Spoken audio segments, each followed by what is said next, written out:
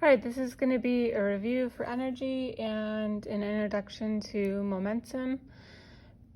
We just finished our energy unit and we just started our momentum unit, and they have a lot of similarities, so I wanted to take some time to talk about how they are the same, or how you can approach them the same way.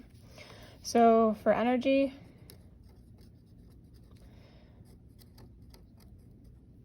our equations are work is force times displacement is equal to our change in energy. For momentum,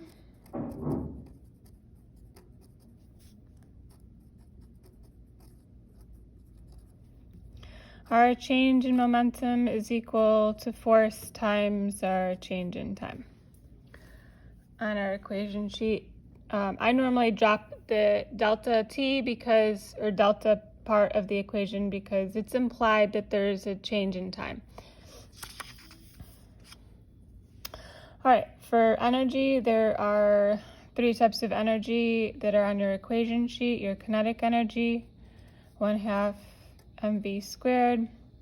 Your spring potential energy, 1/2 kx squared. And your gravitational potential energy, mg delta y. This is your height. Our displacement can be identified as many different things. It's actually identified as 3 different letters just in these 2 units. So this is our displacement for a spring, right? This is our displacement for when you have gravitational potential energy. This is our displacement for when work is being done. But honestly, it's the same thing. Particularly when you do word problems, the word problem will identify how they want the displacement to be identified. Okay, for momentum, the only equation that's on your equation sheet is momentum is equal to mass times velocity. And impulse is not identified anywhere at all on your equation sheet. Sometimes you'll see problems with impulse identified as J or maybe capital I, but it is nowhere on your equation sheet. It is just your change in momentum is equal to your impulse. Similar to how your change in energy is equal to your work being done. So work is a scalar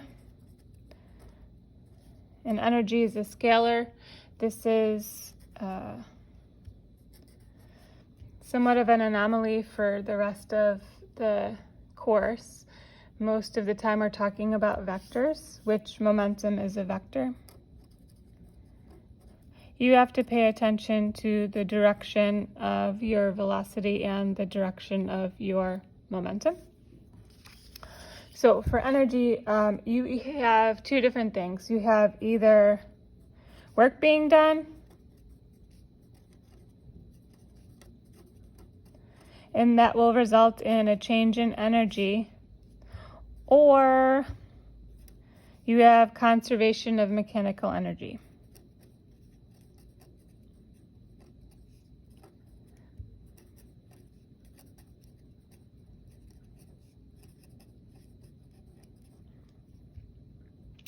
You have to identify which one of these scenarios does your problem fall under.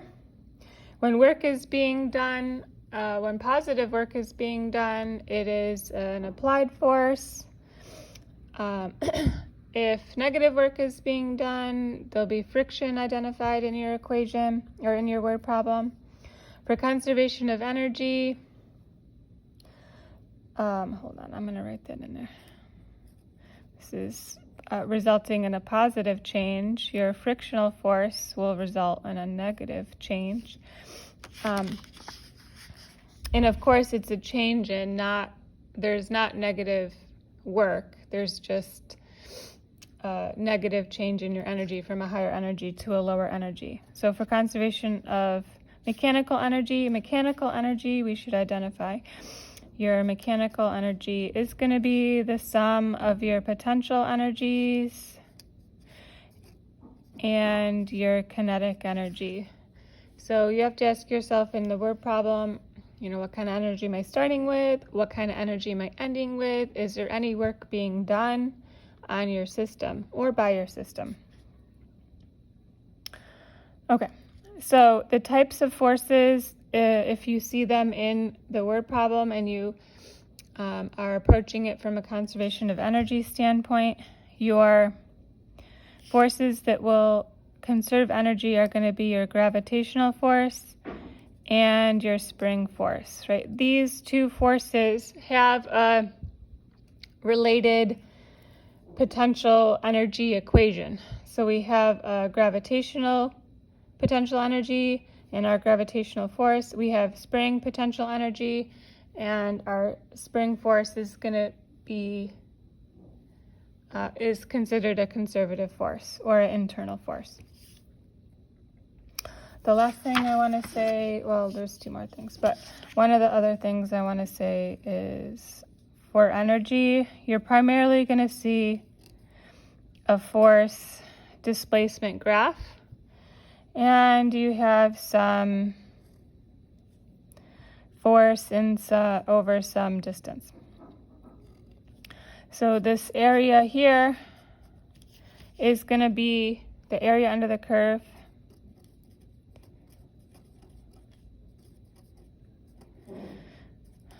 will be your change in energy.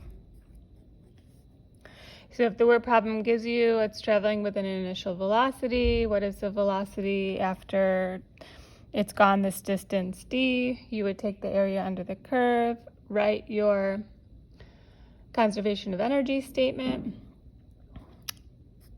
and solve for your final kinetic energy at the end. The last thing I want to say, and without doing an example, I'm not sure how applicable it is, but be careful or be warned about systems. Right? The reason we have gravitational potential energy is because we are including Earth in our system, and sometimes word problems will exclude Earth, and if Earth is excluded from your scenario, then you will have no gravitational potential energy. So be careful when they ask about this or imply that Earth is not part of the system.